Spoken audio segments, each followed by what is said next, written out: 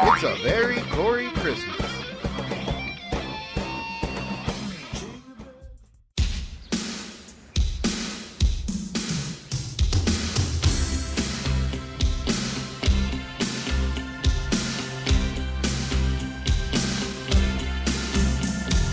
What's up, Staunch Gang, and everyone else listening along to the Two Corys Forever podcast. Very happy to be here.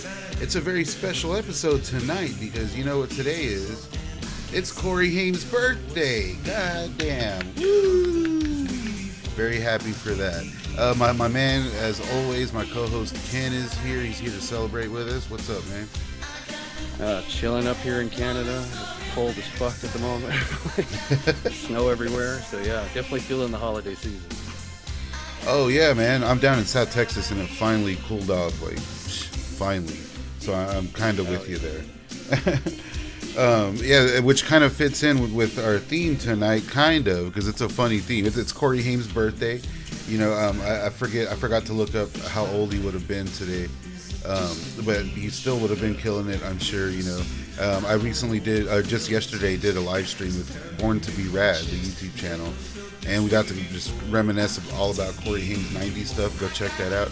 But what I kept thinking the whole time was like the alternate universe where him, the Hamster, lived and got to come back. You know, became where he would be the comeback king. You know what I mean? Yeah, he would have been 53, I guess. 53. Okay, yeah.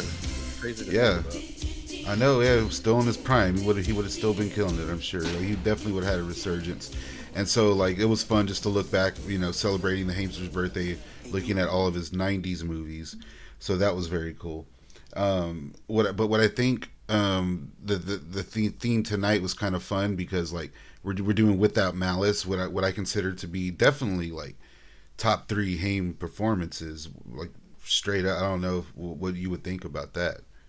Definitely. Like, especially considering like it's kind of a lack of real availability. Like it's on YouTube, a couple uploads or anything, but as far as I know, never officially came out on video or anything like that. So it's definitely an underrated little flick.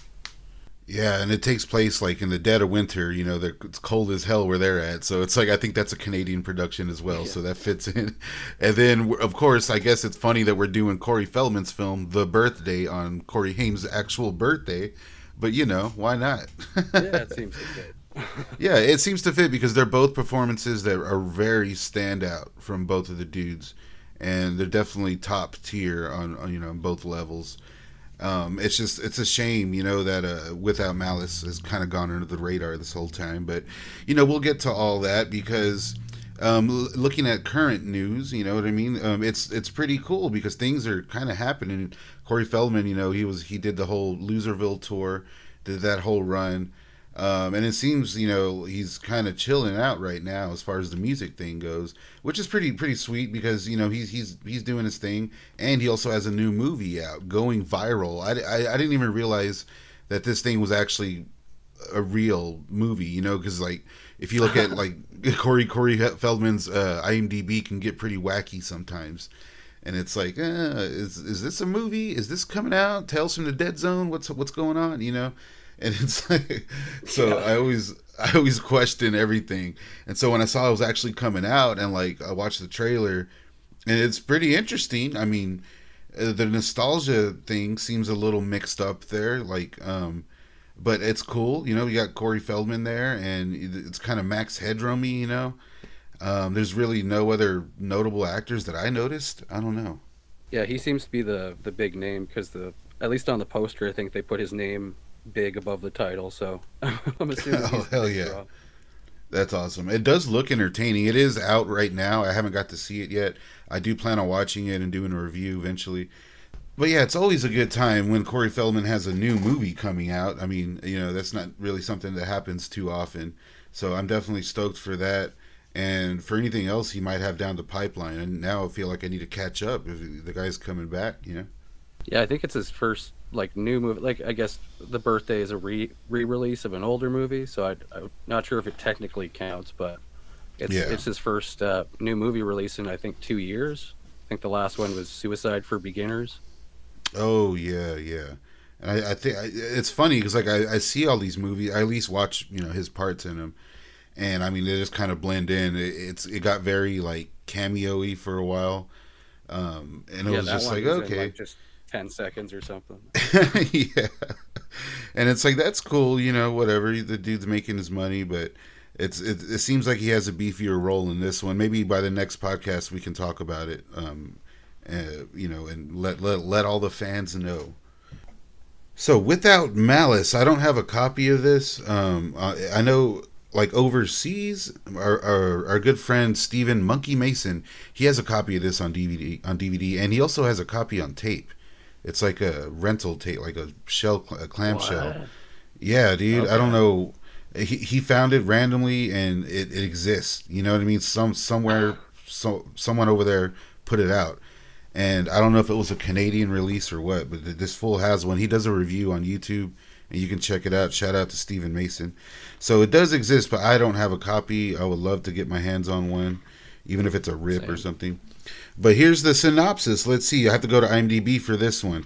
Now, this is a pretty long-winded synopsis. Everyone settle in. Here we go.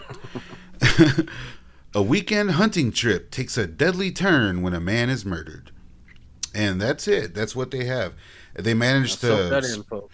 yeah, soak it in. They managed to spoil the whole damn plot in one sentence. Like it's crazy, but they didn't have to, give up all the information there. But yeah, that's pretty much it. It's very much of that ilk. It could go either way with a story like that. Like you can go the Hallmark vibe, Hallmark route, or like the adult R route. There's a lot of things you can do there. That's a pretty common story. It's like in this film you get two guys and they're kind of at odds, so to speak, and you get an authority figure involved and something happens and they're out in the wilderness, and it's a familiar film. I felt like it reminded me a lot. For some reason it reminded me a lot of A Simple Plan, the Sam Raimi movie. Yeah, I can definitely see that. Like the kind of isolated, snowy atmosphere, and the Yeah. desolation and the location and that kind of stuff. Yeah. Yeah, so I think it's a good double feature with that one. And hey, not only Corey Haim, but we get Jennifer Beals. I always get it mixed up, but we also have the mighty Craig Sheffer, household name Craig Sheffer. He was a skilled surgeon. Hey, Doc. Don't mess up. Don't worry. Unlike God, I don't make mistakes. Doing his fiancée a favor. How about taking him with you? Your brother?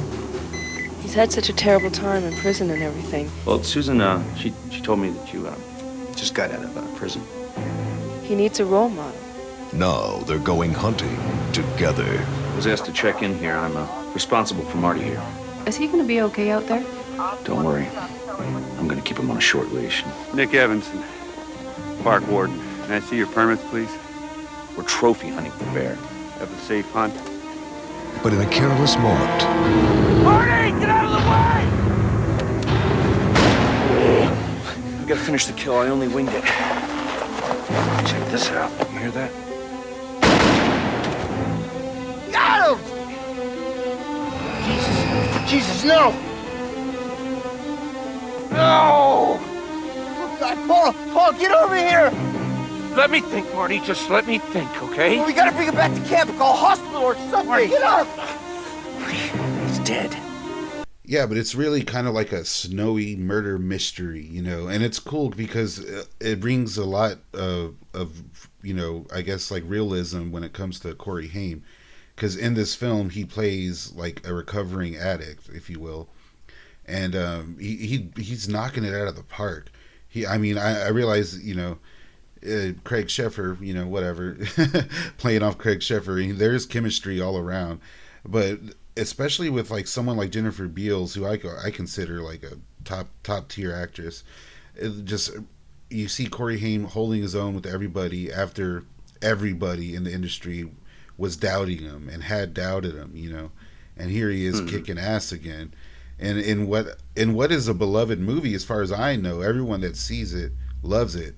There's not any really negative reviews out there. It's just it feels like a TV movie because it is a TV movie.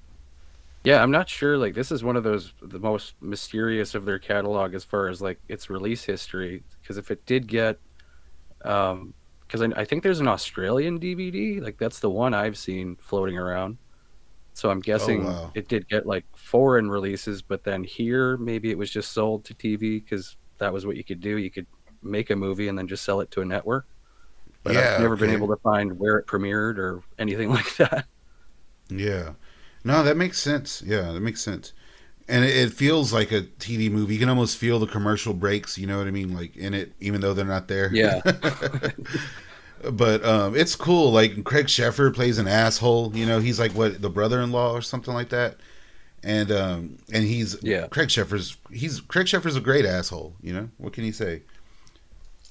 Yeah, the great opening bit with when he's going to be doing the operation and he's just talking down to his patient and kind Yeah, of setting him up as the grand asshole. You're like, oh, okay. yeah, for real. Yeah, I forgot about that. Yeah, the whole movie from start to finish, it's all set him up, knock him down kind of style, and like there's major turns in this that even I didn't see coming the first time because this is a flick I sought out forever. You know, I tried. Yeah. It was like a lost film as far as I was concerned for a couple years there until it was one of the first ones I did track down though. I will say that. And so that was a great time. It was like I got to sit down and watch this flick thinking I would never, I thought I was never going to see it, you know? And it's one of those Haim performances that I just wish everyone could see because it's right up there. He's so good in it. And it shows you that leading man quality never left. But, you know, I guess he never really got the chance either because this was a very strange time in his career. Yeah, I think he was still, I think, in LA, but occasionally making trips to Canada to make stuff. But this was like I think a year or two before he ended up doing his big move back to Canada to just kind of Yeah. focus on himself and get clean and shit. Yeah. So yeah, he was just kind of taking whatever gig he could get, I guess. But he did good with this one. Yeah, for sure. And this would have been around like the backlot murders kind of time. I think just before that, I think it was shot. From what I found, it was shot in December '99 and January 2000. So Okay. over those 2 months, And I it think that would seems have been like just before. okay, sweet. Yeah, you can definitely tell it's that little era, and it's like I was saying the other night. Um, there's like Corey Haim movies where he's great in the movies where he gets some character, even if it's just a little Yeah. bit of character. He knows how to run with it. He knows how to carry it. He knows that he has that charisma. And then there's movies where he's just in a role, with like Backlot Murders or Snowboard Academy, stuff like that, where it's just like, Yeah, hey, he's just kind of there. there's a guy. Yeah, he's just kind of there. Yeah. And which is cool too, but it's like it's such a disservice, man. It really is. And like Seth Green told him once, like take on roles that are smaller but more meaningful, and he was like, do it like Donnie Wahlberg in Sixth Sense, or John Ritter in Sling Blade. And there's a few times I feel that maybe he took that advice and took some roles like he's not. I mean, I guess he's like the second co-star in this flick, but I mean, with Craig Sheffer and Jennifer Beals as well, it feels like more of an ensemble almost, you know. I realize it's not. It really isn't, but it feels like it because it's that TV vibe as well. But and then with Never Too Late, same thing. It's like it wasn't his movie, but he has a small part in it, and he's impactful, and he's playing this specific character, you know. So as far as the production and whatnot, I remember stumbling upon, it was like a blog post or an article or something. Someone was there on set. I think that's how that went, and from what I remember, everything was pretty positive on this set. But I know Corey Haim was apparently pretty depressed, and there was like locals that would talk about how he would come to the bars and kind of hang out every night when he wasn't shooting. And like I remember there being a rumor saying that like he was just really depressed because he missed his dog. I remember hearing that. Do you remember anything about that? Yeah, I think that's in the blog post. It was from one of the assistant directors, I think it was, that wrote it. Oh, nice. And it was he kept wanting to call home to check on his dog, or he kept thinking his dog was dying or something. Yeah, something like that. And to be out there like trying to sober up, and you're out there in the snowy wilderness, because they definitely shot on location. You know, it couldn't have been easy. But like that, it must have just added to the the depression and the lonely feeling. I can only imagine. I wonder if he had like a like a handler, or what they call like a babysitter, in the biz, because I know he did on a few other movies. I guess his mom did was on set with him, and that's what one of the producers talked about, how she was kind of his rock. And okay, well there you go. That's cool. And it's like the first time. I think this is the first time, right? Did Snowboard Academy come out after this, or no? It was that came out before. Yeah, that was before. Yeah, that was it. Yeah, so it seemed like Corey Haim back on the mountain, so back in some snow, and actually getting to do something this time. They are both about to discover who is sane. All right, so let's just try to keep our heads. Who is crazy. No! No! Who's a liar. No, right now I don't trust you at all. I see what you're doing. Martin Charles Pollard, you're under arrest for the murder of Nick Evison. And who's telling the truth. What about him? Me? What about me? And one man's only hope Your fingerprints are on Nick's truck. is a desperate defense without malice. Craig Sheffer, Gabriel Anwar, Corey Haim, and Jennifer Beals. Without malice. Well, Doctor, what is the truth? I was determined to find like Craig Sheffer talking about this movie, but I couldn't find that. Yeah, either. nothing. Yeah, like nothing. And so it, for whatever reason, I mean, the flick just wasn't well known down here, and I don't know. I'm assuming maybe it just got sold to TV, and that's how that ended up. But then it did get videos elsewhere. Fucking weird. Really, yeah, like yeah, for real. And the quality's there. Like the quality's there as far as the way it looks and everything. It's just kind of cut together like a TV movie. Like yeah, I would kill to get some sort of Blu-ray or something, but I'm not sure what the rights situation is, or if the elements are even still available. Yeah, it's terrible. But everyone listening, you can still check out the movie. It's out there. It's on Corey Haim Central, I believe, on YouTube. A lot of great movies on there. And I remember finding a full upload of Without Malice. It was just on Facebook one time. I was like, what the hell? What is this? And one thing I found on Facebook as well is I think it was like the location that they were shooting at. That place did a post and was like, yeah, they shot a movie called Without Malice here some years back. And there was like a newspaper clipping or something like that. I have to look for that. But that was like probably the most interesting thing I ever found out, because this movie is basically just forgotten. But our next film, like I said, started out this way, the one we're going to talk about next. And it got a huge resurgence, and it's pretty sweet. We'll get to that in a second. But getting to, Without Malice, top tier Corey Haim. I just want to say rest in peace, Hamster. We all miss you, buddy. Happy birthday. Happy 53rd, my man. All right. I'm just going to be straight up with you guys. If you have not gotten your stickers from PartyWave Stickers yet, what the hell is wrong with you? No reason to go to, the big online sticker company. They don't care. No reason to go to Mr. Jackass up the road with a printer. He doesn't care either. You know who cares? PartyWaveStickers.com, your one-stop shop for anything sticky. I'm telling you, these are quality stickers, man. I've stuck some all around town and like even on my car years ago, and they're still around. I mean, these things survived the South Texas sun. Let me tell you, that's no easy feat. So if you're listening, go to PartyWave Stickers, let them know Staunch sent you, and my man will hook you up. PartyWave Stickers is a proud sponsor of Two Corys Forever, and we have some awesome new stickers coming out for you guys directly from them. Hit them up anytime, 24/7. If you have an idea, they can make it stick. We are back, and it is Corey Haim's birthday. Everyone let us know if you're watching the video version or if you're on Spotify. Go ahead and give us a share, like, all that stuff. But also comment here on YouTube and let us know your favorite Haim movie, your favorite Haim memory, whatever. Have you been watching A Very Corey Christmas on Staunch TV? Because this is a very special episode for this year. I've been killing it this year, man, with A Very Corey Christmas. I had some good videos out. Knocking them out. Yeah, I gotta say, I love this time of year because I can focus on one thing for a whole month, and it's something I love talking about.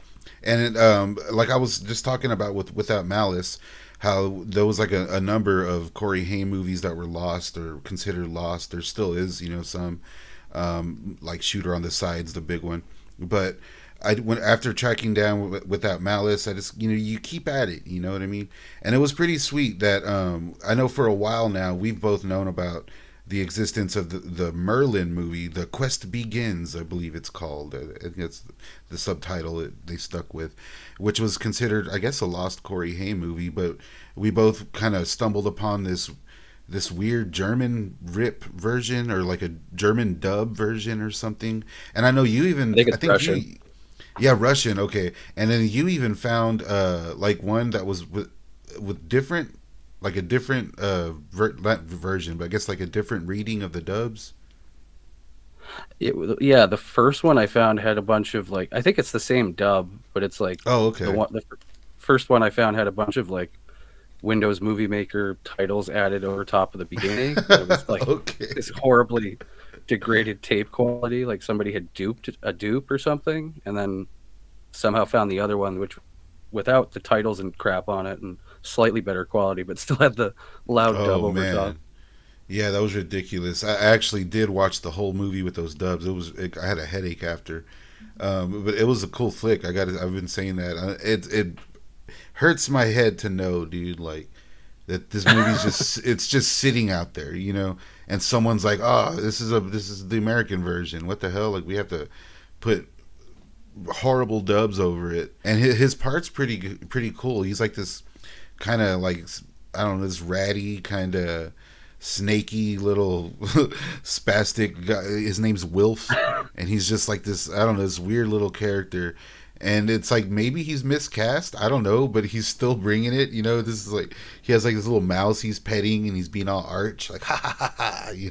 Like it's pretty like cool. He's like a human version of Glacius Crumb or something. Yes, exactly. That's a good way to put it. It's kind of cackling in the corner. Yeah, for sure. And it's cool seeing it because, like, the Hamster did a lot of things. Like, you always end up comparing him to Feldman, and just because it's a thing. And it's like he did a lot of different genre that Feldog never did. Feldman did like some fantasy kind of stuff later, but it was like a voiceover and some weird, like, what was that movie? Like, I don't even know. He voices like some monster or something, and it's like, the Sorcerer Beast.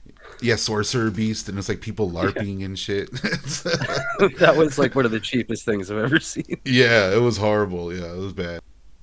And like I said, it is Corey Haim's birthday, but our next film is Corey Feldman in The Birthday.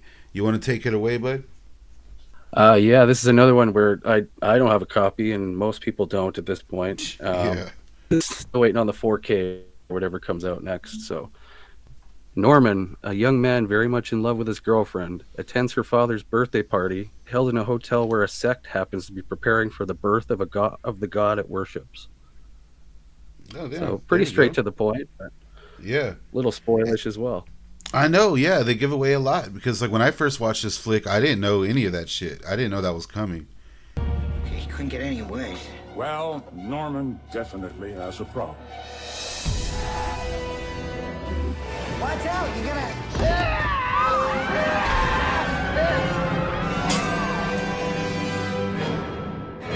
Is that good? You like that? Oh my god, that's awful. It's like it's not that the tones are everywhere or nothing. It's just that it is just kind of like a strange tone. It's a playful, dark tone, and it's something like it's kind of hard to compare it to another movie. Yeah, it's almost like a pre-A24 kind of vibe where it's like artsy, it's exploitive, it's shocking, it's funny, it's not, you can't really narrow it down to genre. Yeah, not really, for sure. It's kind of like I want to say like murder mystery, but that's just like the vibe you kind of get. It's almost like just like 4 rooms mixed with Rosemary's Baby or something. Yeah, like yeah, both of these are fairly like anxiety-inducing watches.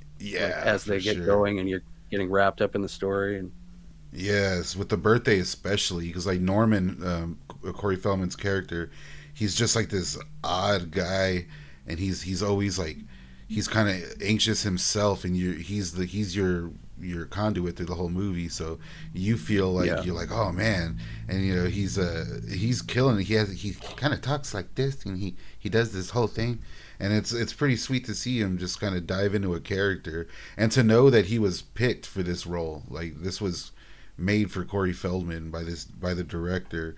That's pretty sweet. It's Eugenio Mira, I believe is how you say his name. And so it's so cool that this was just like, hey, I'm a big fan of Corey Feldman. Like I want him to be in this movie, you know. And they made it happen. It's so sweet. yeah, it was apparently like a really good collaboration, and I think Feldman also did like a rewrite on some of the dialogue, working on some of the Okay. because it was like translated from Spanish and in broken English. So then he Oh, kind of did a okay. pass on stuff and then added some 80s slang and that kind of thing. Yeah, and then it all kind of comes together with these long shots. There's some very long shots in the movie. It seems like it was actually kind of a bitch to shoot this movie. Like it really does. There's some like really interesting lighting, and everything's very deliberate. And it's like something you've never seen. You've never seen Corey Feldman do anything like that before or since. Everybody working at this hotel, the waiters, the manager, everybody was acting a little weird. What in the hell is going on? I'm sorry, kid, but you're gonna have to help me, understand? Uh-huh. What are you looking at? You're not well. Yeah, he's done the kind of wacky voices, but like the commitment to it as far Yeah. as it being a full-fledged character was, yeah, it's mind-blowing. Yeah, for real. And then, not to spoil anything again, but that third act, it gets pretty crazy, and and it's seeing Feldman in a movie like that turned out to be what it was. It's just pretty damn cool, man. And I for one am so happy that it got out there, and like the real fans always knew, like we always knew about the birthday. It was just something that we would always be like, oh, you got to see this movie, you got to see it. And then again, where do I see it? I don't know, you know, like because Exactly. it's just it was rough, and you know Jordan Peele of all people remedied that situation. It's strange, which is a cool story. Like Jordan Peele, of course, a big fan of both Corys, and like you said, he would shout out like a kind of obscure references. Like was it Us? I think it was where they were like shooting the Lost Boys at the same time, apparently, like on the boardwalk and stuff like that. Oh, really? I don't think I've seen Us. Yeah, I think it was in Us. I want to say it was that. It was at the beginning. They're at the boardwalk in Santa Carla or whatever, or Santa Cruz, and they're like, yeah, they're filming Oh, a okay. vampire. They're filming a vampire movie like on the weekends or something like that. I forget what it was. And so Oh, it's that's like there's fucking cool. yeah, dude. There's deliberate calls out. I think it was that movie. If I'm wrong, it was definitely a Jordan Peele movie. So it's like the dude's a fan. He's Jordan Peele's the one that bought like the original prosthetic ear from Stand By Me that Corey Feldman sold for charity, I think it was. And so like that's pretty sweet. I have a mold of that, but that's kind of like where their friendship started. And you know, Jordan Peele was like, yeah, I've seen The Birthday, you know, and they got together with the Draft House of all people. And the Draft House was the company that ended up backing a lot of this, and they flew Eugenio down here, and they for the first time ever they had like a little run, a theater run of this film.